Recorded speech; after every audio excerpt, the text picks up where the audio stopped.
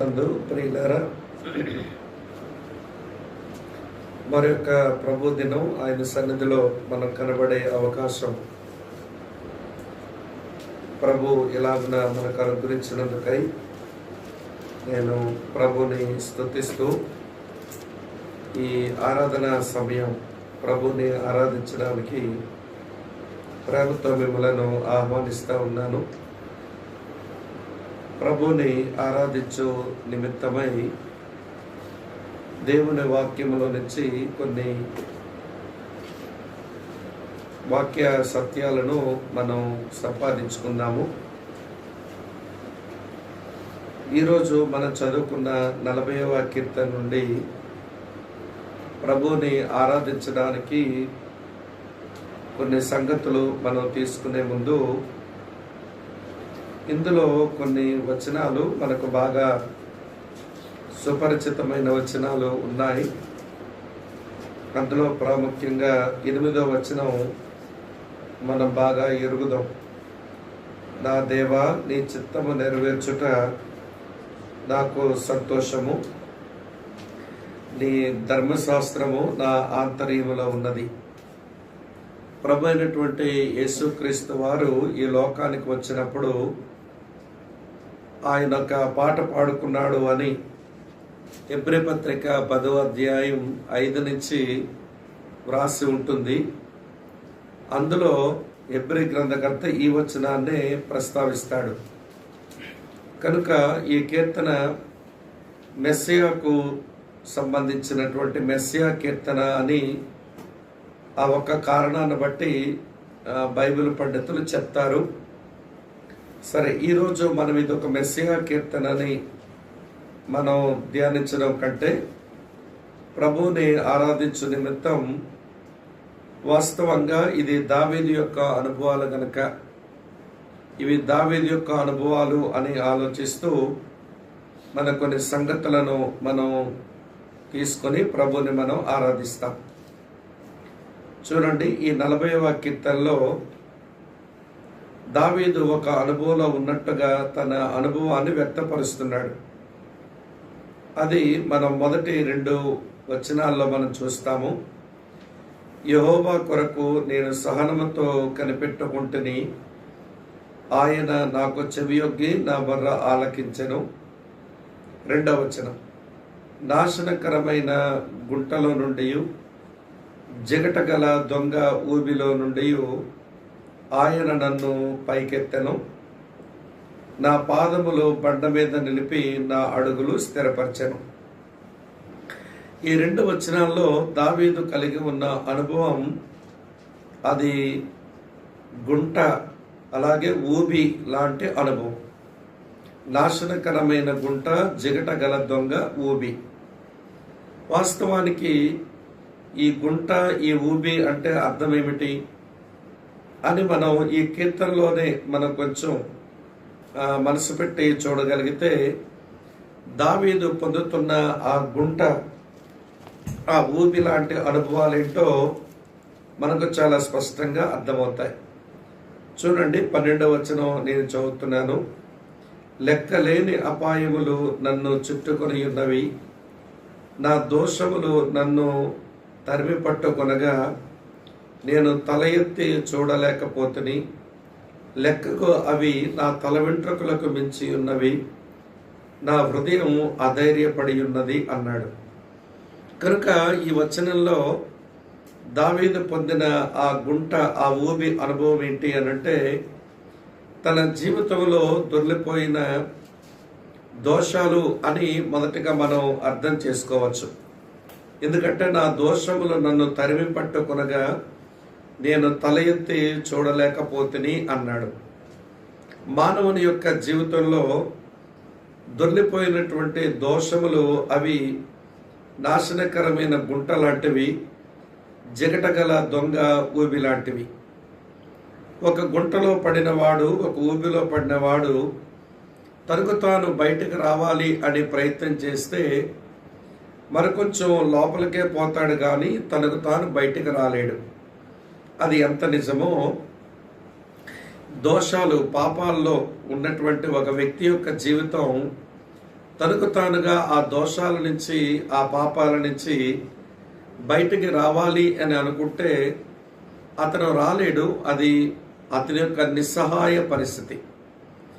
కనుక ఈ దోషములు అనేటువంటి గుంటలో ఊబిలో ఉన్నటువంటి వాడు నిస్సహాయుడు, అలాగనే నిరీక్షణ లేనివాడు కూడా. హెల్ప్లెస్, హోప్లెస్ కండిషన్ అతనిది. నిరాశ, అలాగనే ప్రియులారా నిస్సహాయ స్థితిలోనే ఉంటాడు. ఇక్కడ దావీదు తన జీవితంలో దొర్లినటువంటి ఆ దోషములు ఆ గుట్టలాగా, ఊబిలాగా తన్ని లోపలిగా లాగేస్తూ ఉండగా తనకు తానుగా కాపాడుకోలేని నిస్సహాయ, నిరాశ పరిస్థితుల్లో తనున్నాడు అని మనం గమనిస్తాం. మళ్ళీ ఇదే 12వ వచనంలో చూడండి మరొక మాట, లెక్కలేని అపాయములు నన్ను చుట్టుకొని ఉన్నవి అన్నాడు. కనుక ఈ నాశనకరమైన గుంట, జిగటగల దొంగ ఊబి అది ఏమిటి అంటే అతని జీవితంలో తను ఎదుర్కొన్నటువంటి అపాయాలు అని మనం అర్థం చేసుకోవచ్చు. కనుక ఈ 12వ వచనంలో నా దోషములు, అలాగనే లెక్కలేని అపాయాలు, ఆ గుంట ఊబికి మనం ఆలోచించవచ్చు. మరి కొంచెం 14-15 వచనాలు చూడండి. మరి కొన్ని సంగతులు మనకు కనబడతాయి. నా ప్రాణము తీయుటకై యత్నించేవారు సిగ్గుపడి బొత్తిగా భ్రమసియుందురుగాక. నాకు కీడు చేయగోరు వారు వెనుకకు మళ్లింపబడి సిగ్గునందుదురుగాక. నన్ను చూచి ఆహా ఆహా అని పలుకువారు తమకు కలుగు అవమానము చూచి విస్మయము ఉందుదురుగాక. కనుక ఈ 14-15 వచనాల్లో తనకెదురైనటువంటి మరో 2 పరిస్థితులు. అది ఏమిటి అంటే తన ప్రాణాన్ని తీయగోరే శత్రువులు, అలాగే తన అవమానపరిచేటువంటి అపహాసకులు తనకున్నారు. అపహాసం చేసేవాడిని నేనేం ఆపుకోగలను? నా ప్రాణం తీయడానికి ప్రయత్నం చేస్తున్న శత్రువును నేను ఎలాగ బయటికి, వాడి ఉరుల నుంచి నేను బయటికి రాగలను? ఇది నా వల్ల అయ్యే పని కాదు. కనుక నాకు ఎదురైనటువంటి అపాయాలు, నా జీవితంలో ఇప్పటికే తలెత్తినటువంటి దోషాలు, నా మీద పడి నాకు కీడు చేయాలనుకున్న ప్రయత్నం చేస్తున్న శత్రువులు, అలాగే నన్ను అవమానపరుస్తున్నటువంటి అపహాసకుల యొక్క అవమానాలు, ఇవన్నీ నాకు ఎట్లున్నాయి అంటే అవి నాశనకరమైన ఒక దొంగ ఊబిలాగా, ఒక గుంటలాగా నాకు కనబడతా ఉన్నాయి. కనుక ఇది దావీదు యొక్క వాస్తవికమైన స్థితి.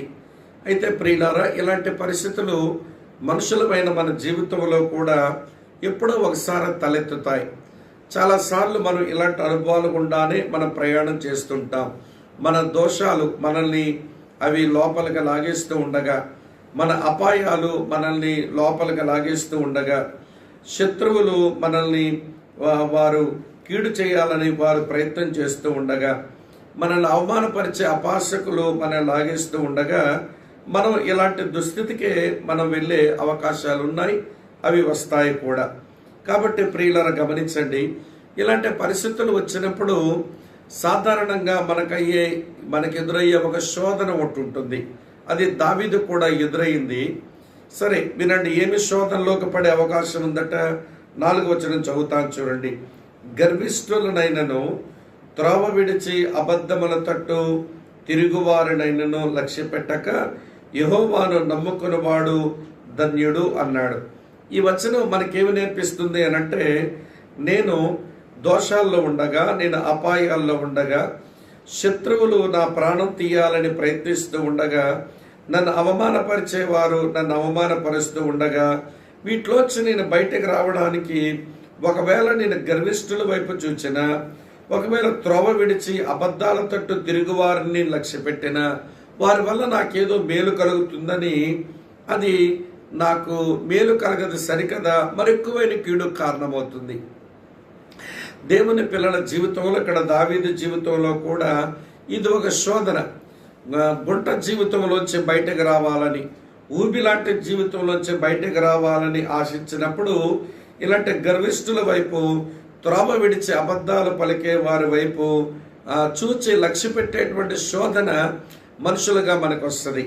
దీంట్లో బైబిల్లో ఒక గొప్ప ఉదాహరణ మనకు దినవృత్తాంతాలు 2వ గ్రంథం 14, 16 అధ్యాయాల్లో మనం చూస్తాం. దినవృత్తాంతాలు 2వ గ్రంథం 14వ అధ్యాయంలో ఆస యొక్క జీవితాన్ని చూస్తాం. అతని జీవితం మీదకు, అతని రాజ్యం మీదకు కూషీలు దండెత్తి వచ్చినప్పుడు భలే యెహోవా యందు నమ్మిక ఉంచి భలే మంచి ప్రార్థన చేసుకున్నాడు ఆయన. అదే 14వ అధ్యాయం 11వ వచనంలో చూస్తాం. ఆస తన దేవుడైన యెహోవాకు మొర్రపెట్టి, యెహోవా విస్తారమైన సైన్యముల చేతిలో ఓడిపోకుండా బలము లేని వారికి సహాయము చేయుటకు నీకన్నా ఎవరునూ లేరు. మా దేవా యెహోవా, మాకు సహాయము చెయ్యము. నిన్నే నమ్ముకొని ఉన్నాము.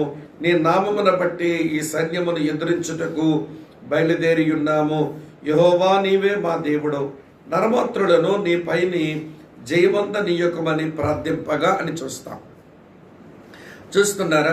ఆస యొక్క జీవితంలో కూషీలు తన మీదకు దండెత్తి వచ్చినప్పుడు అతను ఇంత చక్కగా దేవుని మీద ఆధారపడ్డాడు, యెహోవాను నమ్ముకున్నాడో ఈ వచనాన్ని బట్టి మనం తెలుసుకుంటాం. అలాంటి మంచి రాజుకు తన సహోదరుడు ఇశ్రాయేలు రాజు అయిన బయషా యొద్ద నుంచి సమస్య వచ్చింది. అది దినవృత్తాంతాలు 2వ గ్రంథం 16వ అధ్యాయంలో మనం చూస్తాం. అప్పుడు అతను చేసిన పనేంటో తెలుసా? చూడండి ప్రియులారా, 16వ అధ్యాయం 2వ వచనంలో, ఆస యెహోవా మందిరమందును రాజనగరనందును ఉన్న బొక్కసములోని వెండి బంగారాలు తీసి దమస్కులో నివాసము చెయ్యు సిరియా రాజుకు బెన్హదదు వద్దకు దూతలను పంపించి ఈ వస్తువులన్నీ ఇస్తున్నాడు.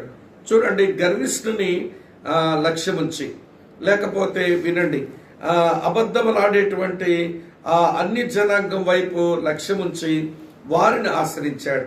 ఆ కారణం చేతనే దేవుడు ఇలాగన్నాడు. చూడండి 7వ వచనంలో, ఆ కాలమందు 16:7, ఆ కాలమందు దీర్ఘదర్శి అయిన హనాని యోధారాజైన ఆసా యొద్దకు వచ్చతనతో ఇలాగో ప్రకటించాను, నీవు నీ దేవుడైన యెహోవాను నమ్ముకొనక సిరియా రాజును నమ్ముకుంటేవే, సిరియా రాజు యొక్క సైన్యము నీ వశము నుండి తప్పించుకొని పోయెను అని రాసింది.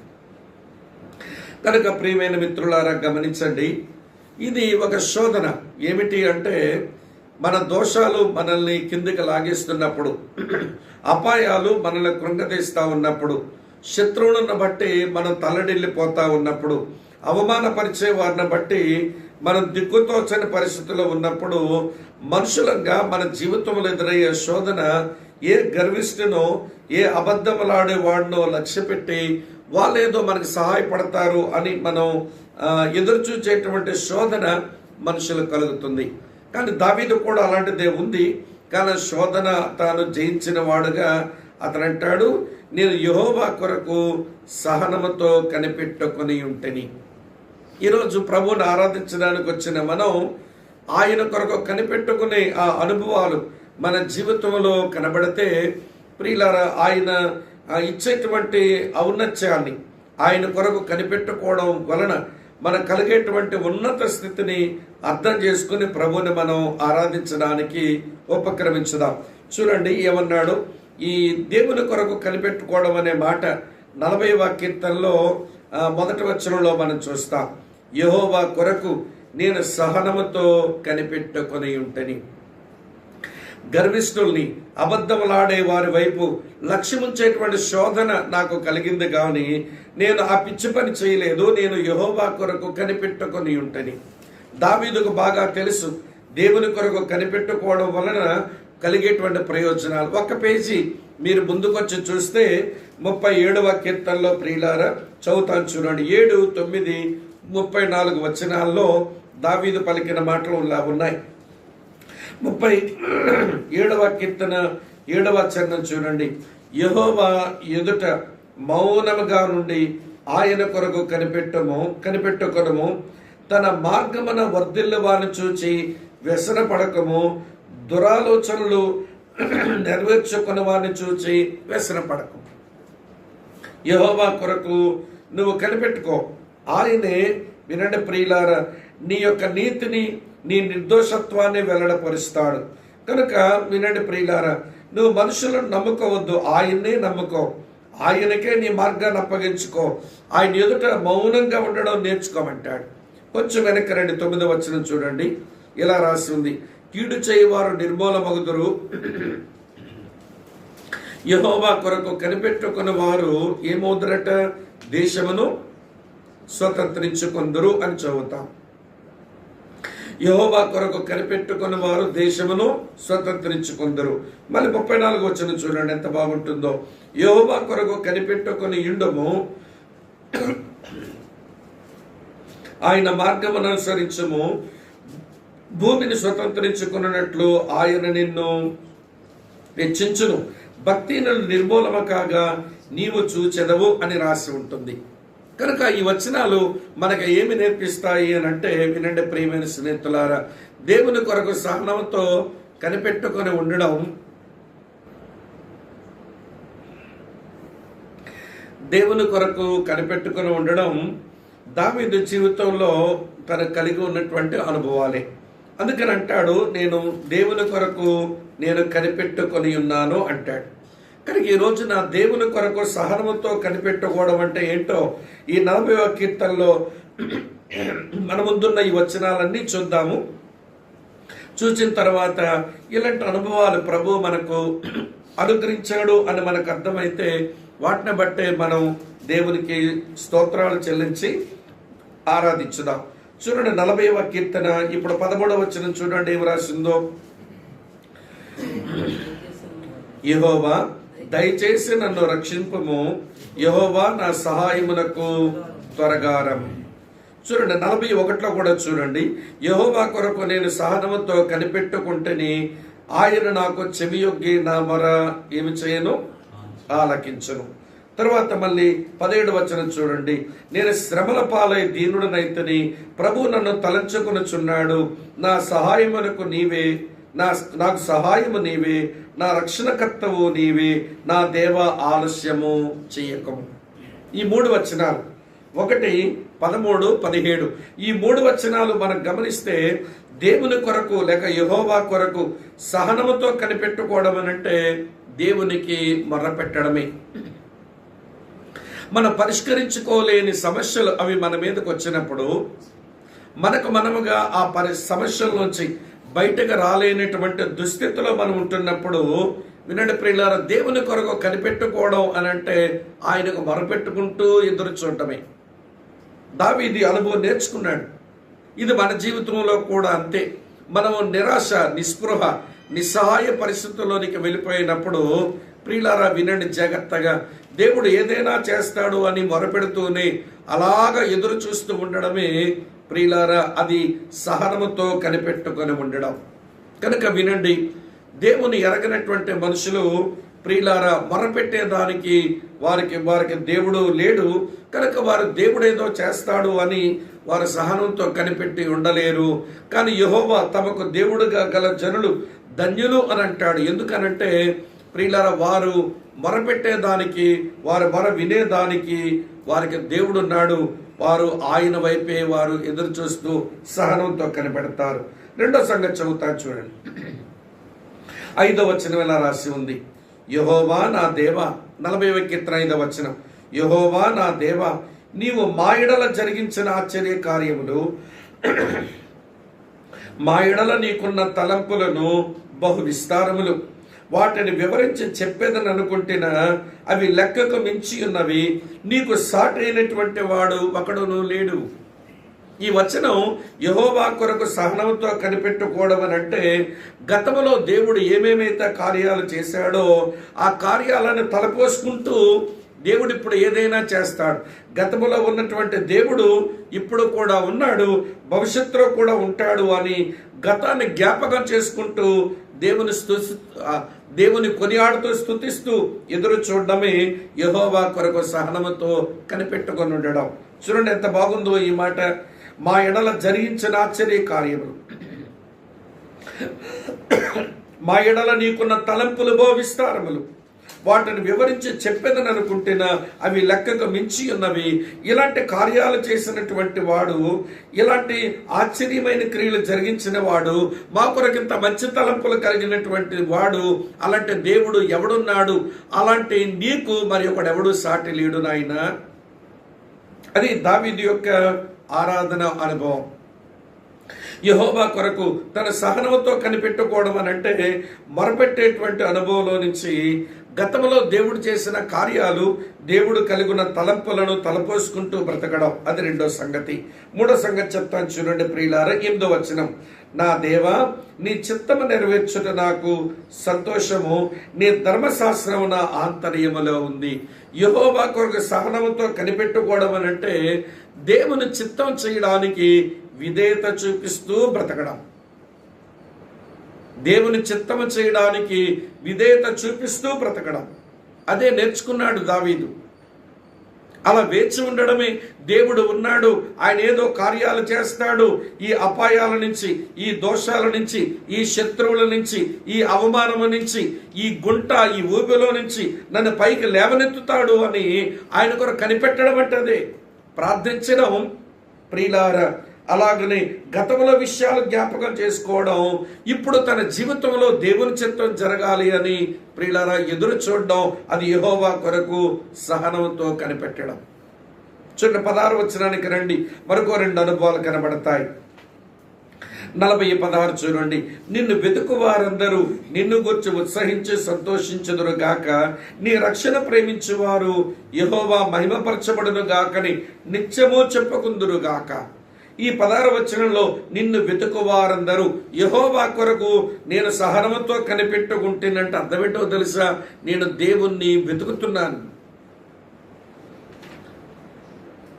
నేను ఉన్న అపాయాల మధ్య, నేను ఉన్న దోషాల మధ్య, నేను ఉన్న శత్రువుల మధ్య, నేను పొందుతున్న అవమానాల మధ్య, వినండి ప్రియులారా, గర్విష్ఠులను, అబద్ధములాడేటువంటి వారిని లక్ష్య పెట్టగా యెహోవాను నమ్ముకుంటూ ఆయన్ని వెతుకుతున్నాను. యెహోవా కొరకు సహనముతో కనిపెట్టుకోవడం అంటే ఆయన వెతకడం. ప్రియులారా, అది దావీదు నేర్చుకున్నాడు. తర్వాత అదే 16వ వచనంలో చూడండి. నిన్ను గూర్చి ఏం చేస్తాడట? ఉత్సహించి సంతోషించుదురుగాక. యెహోవా కొరకు సహనముతో కనిపెట్టుకోవడం అంటే దేవుని యందు సంతోషించడం, లేక దేవుని యందు ఉత్సహించడం. ఇదే మనకు రావాలి. ప్రియులారా వినండి, ఈ మంచి, ఈ చక్కని ఈ 6 అనుభవాలు లేదా ఈ 5 అనుభవాలు, ప్రియులారా వినండి, ఈ 5 అనుభవాలు దేవుని కొరకు ఎవరిని మొరపెట్టడం, దేవుడు గతంలో చేసిన కార్యాలు తలపోసుకోవడం, దేవుని చిత్తానికి విధేయత చూపడం, దేవుని వెతకడం, దేవునిలో ఆనందించడం, ఈ 5 అనుభవాలు గుండా నేను యెహోవా కొరకు నేను కనిపెడుతూ ఉండగా చూడండి ఆయన ఏం చేస్తున్నాడట? చదువుతున్నాను చూడండి ప్రియులారా, ఏం చేస్తున్నాడు? చదువుతున్నాను 3వ వచనం చూడండి, ఆ 2వ వచనం 3వ భాగం చూడండి ప్రియులారా. నా పాదములను బండ మీద నిలిపి నా అడుగులు స్థిరపరిచాను. ఈ ఊబిలో నా అడుగులకు స్థిరం రాలేదు. ఈ గుంటలో నేను పడినప్పుడు వినండి ప్రియులారా, నా అడుగులు స్థిరపరచబడలేదు. ఇప్పుడు దేవుడు ఏం చేశాడో తెలుసా? నేను ఆయన కొరకు సహనముతో కనిపెట్టుకుని ఉండగా ఆయన చేసిన పని ఏంటో తెలుసు, నా అడుగులను స్థిరపరిచాడు అని అంటాడు. నా అడుగులను స్థిరపరిచాడు. ఊబిలో నుంచి నన్ను పైకెత్తేశాడు, గుట్టలో నుంచి నన్ను పైకెత్తాడు, ఊబిలో నుంచి నన్ను పైకెత్తాడు, నా అడుగులు స్థిరపరిచాడు. క్రైస్తవుడు తాను పొందినటువంటి అనుభవం అదే. అది దోషమా, అది అపాయమా, అది శత్రువులా, అది అవమానమా, వాటిలో మనం నలిగిపోతా ఉన్నప్పుడు, వాటిలో మనం కృంగిపోతా ఉన్నప్పుడు, దేవుడు మనకున్నాడు అని సహనంతో మనం కనిపెట్టుకొని ఎదురు చూస్తున్నప్పుడు ప్రభు అనుగ్రహించేటువంటి ఆ గొప్ప కార్యం ఏంటో తెలుసా? ఆయన పైకి లేవనెత్తుతాడు, ఇక గుంటలు ఉండే పని లేదు. ఆయన నీ అడుగులు స్థిరపరుస్తాడు, నీ ఊబిలో దిగబడిపోవలసిన పరిస్థితి లేదు. నీ అడుగులు బండ మీద నిలుపుతాడు. అందుచేత ఇప్పుడు ఏం చేస్తాడట? ఇదే ఆరాధించే అనుభవం. చూడండి 40వ కీర్తన 3వ చరణంలో రాసు, తనకు స్తోత్ర రూపముగు క్రొత్త గీతమును మన దేవుడు నా నోట ఉంచెను. అనేకులు దాన్ని చూచి భయభక్తులు కలిగి యెహోవా యందు నమ్మిక ఉంచెదరు. వినండి ఈ మాట చాలా జాగ్రత్తగా. తనకు స్తోత్ర రూపముగు క్రొత్త గీతం మన దేవుడు నా నోట ఉంచెను. అదే ఆరాధించడం అనంటే, అదే ప్రభువుని కొనియాడడం అనంటే. ప్రియులారా, ఇంకొక మాట చెప్తారు ఆరాధించడం అంటే ఏంటో. స్తోత్ర రూపం కొత్త గీతం పాడడం మాత్రమే కాక, చదువుతాను చూడండి 9-10 వచనాల్లో, నా పెదవులు మూసుకొనక మహాసమాజములో నీతి సువార్తను నేను ప్రకటించి ఉన్నానని నేనంటేని, యెహోవాది నీకు తెలిసే ఉన్నది. నీ నీతిని నా హృదయములో ఉంచుకొని నేను ఊరకుండా లేదు. నీ సత్యమును నీ రక్షణను నేను వెల్లడి చేసి ఉన్నాను. నీ కృపను నీ సత్యమును మహాసమాజమునకు తెలుపక నేను వాటిని మరుగు చేయలేదు. ఈ వచనాలు ఏం చెప్తున్నాయంటే, దేవుడు ఎలాంటి వాడు ప్రొక్లైమ్ చేయడం లేక ప్రకటించడం, అది ఆరాధించడం అంటే. వినండి, నాశనకరమైనటువంటి ఆ గుంటలో జిగటగల దొంగ ఊబిలో నేను పడి ఉండగా ఆయన నన్ను పైకెత్తాడు. ఆయన నా పాదాల బండ మీద నిలిపాడు, నా అడుగులు స్థిరపరిచాడు. ఇది అనుభవం నాకు రావడానికి నేను ఒకే ఒక పని చేశాను. అదేంటో తెలుసా? యెహోవా కొరకు సహనముతో నేను కనిపెట్టుకున్నాను. ఆ యెహోవా కొరకు సహనంతో కనిపెట్టుకోవడంలో ప్రార్థించాను. గతంలో దేవుడు చేసిన కార్యాలు తలపోసుకున్నాను. దేవుని చిత్తానికి నేను విధేయత కనపరిచాను. దేవుని వెతికాను, దేవునిలో ఆనందించాను. ఇంతకంటే నేను చేసింది ఏమీ లేదు. కానీ అలా నేను సహనంతో కనిపెట్టుకుని ఉండగా దేవుడు నన్ను అవమానానికి విడిచిపెట్టలేదు. శత్రువులకు ఆయన నన్ను విడిచిపెట్టలేదు. ఆయన చాలా అద్భుతమే నా ఎడల జరిగించాడు. చాలా అద్భుతమే నా ఎడల జరిగించాడు. అందుచేత ప్రియులారా, నా నోట స్తోత్ర రూపకమగు కొత్త గీతం వస్తుంది అని చెప్పడంతో కాకుండా చూడండి, ఇక్కడ 5 సంగతులు ప్రకటిస్తాడట. నీ నీతిని నా హృదయంలో ఉంచుకొని ఊరకుండలేదు. ఏం చేస్తున్నాను నేను? నీ సత్యాన్ని, నీ రక్షణను నేను వెల్లడి చేస్తా. నీ కృపను, మళ్ళీ నీ సత్యం అనేది మళ్ళీ రెండోసారి రాయబడింది. మహాసమాజమునకు నేను వాటిని మరుగు చేయలేదు. యెహోవా, నీ కృపా వాత్సల్యములు నాకు దూరం చెయ్యవు. నీ కృపా సత్యములు ఎప్పుడు నన్ను కాపాడునుగాక. వినండి చాలా జాగ్రత్తగా. హృదయంలో నీతిని ఉంచుకొని ప్రియులారా, ఆ నీతిని గూర్చి, ఆ విశ్వాసనీయత సత్యాన్ని గూర్చి, నీ రక్షణను గూర్చి, నీ కృపను గూర్చి, నీ వాత్సల్యాన్ని గూర్చి నేను మహాసమాజానికి నేను వెల్లడి చేస్తాను. ఆరాధించడం అంటే ప్రొక్లమేషన్. దేవుడు ఏమైతే నీతిని నీకు అనుగ్రహించాడో, దేవుడు ఏమైతే నా నమ్మకత్వాన్ని ఏళ్ళ కనపరిచాడో, ఏదైతే ప్రభు రక్షణ నీకు ప్రసాదించాడో, ఏమైతే ఆయన కృపని ఏళ్ళ కనపరిచాడో, ఏమైతే ఆయన వాత్సల్యతని ఏళ్ళ కనపరిచాడో, వాటిని వినండి ప్రియులారా, సమాజ మధ్య అనుభవించో. అది అనుభవించాము కాబట్టి అనుభవంతో ప్రకటన చేయడమే ఆరాధించడం. ఇక్కడ కూర్చున్నటువంటి మనమందరము ఆయన నీతిని పొందుకున్న వాళ్ళమే, ఆయన విశ్వాసనీతిని అనుభవిస్తున్న వారమే, ఆయన రక్షణను అనుభవించినటువంటి వారమే, ఆయన కృపను అనుభవించినటువంటి వారమే, ఆయన వాత్సల్యతను అనుభవించిన వారమే. వినండి ప్రియమైన స్నేహితులారా, ఇవన్నీ మన నోటి మాటల చేత చూడండి ఎంత బాగుంటుందో. నేను ఊరకుండలేదు అని అంటాడు. నేను ఊరుకోలేను. ఇవన్నీ నువ్వు నాకు అనుగ్రహించావు, నేను ఊరకను ఉండలేను. అది మహాసమాజానికి తెలపక వాటిని నేను మరుగు చేయలేదు. కనుక ఈ ఉదయకాల సమయంలో ప్రియులారా, నీ యొక్క నా యొక్క మనందరి జీవితాలు అది నాశనకరమైన గుంటే, జిగటగల దొంగ ఊబి. అలాంటి పరిస్థితుల్లో ఉన్న నిన్ను, నన్ను, మనల్ని ఆయన పైకెత్తాడు. మన పాదాలు బండ మీద నిలిపి మన అడుగులు స్థిరపరిచాడు.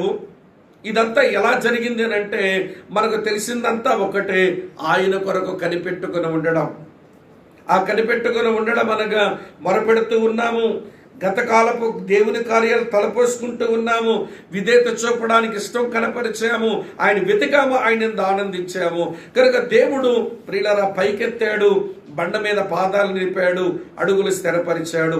ఇప్పుడు ఆయన సన్నిధిలో ఆయన పిల్లల మధ్య స్తోత్ర రూపముగు క్రొత్త గీతం రావాలి. తర్వాత మన ఊరకుండక ఆయన నీతిని, ఆయన సత్యాన్ని, ఆయన రక్షణను, ఆయన కృపను, ఆయన వాత్సల్యతను మనం ప్రకటించాలి. నీ ఎడల ఆయన వాత్సల్యం ఏమి అనిపించావో, ఏమి చూపినాడో, నీకు అనుగ్రహించినటువంటి ఆయన విశ్వాసనీయత ఏంటో నువ్వేం అనుభవించినావో, నీకు ఆయన అనుగ్రహించిన రక్షణ ఏంటో నువ్వేం అనుభవించినావో, నీకు ఆయన అనుగ్రహించిన నీతి ఏంటో అది ఏమి నువ్వు అనుభవించావో, వాటిని ప్రియులారా బయటికి వ్యక్తపరిచి మనం ఆయన కొనియాడమే ఆరాధించడం. ఈ రోజున ఈ ఆరాధించడానికి ఈ అనుభవాలన్నీ దావీదు జీవితంలో ఉన్నవి మన జీవితంలో కూడా ప్రభు ప్రసాదించిన కారణం చేత ఆయన స్తుతిద్దాం, ఆయన కొనియాడదాం, ఆయన గొప్ప చేద్దాం. తల వంచండి, కళ్ళు మూసుకోండి. 2-3 నిమిషాలు మీరు ధ్యానం చేస్తూ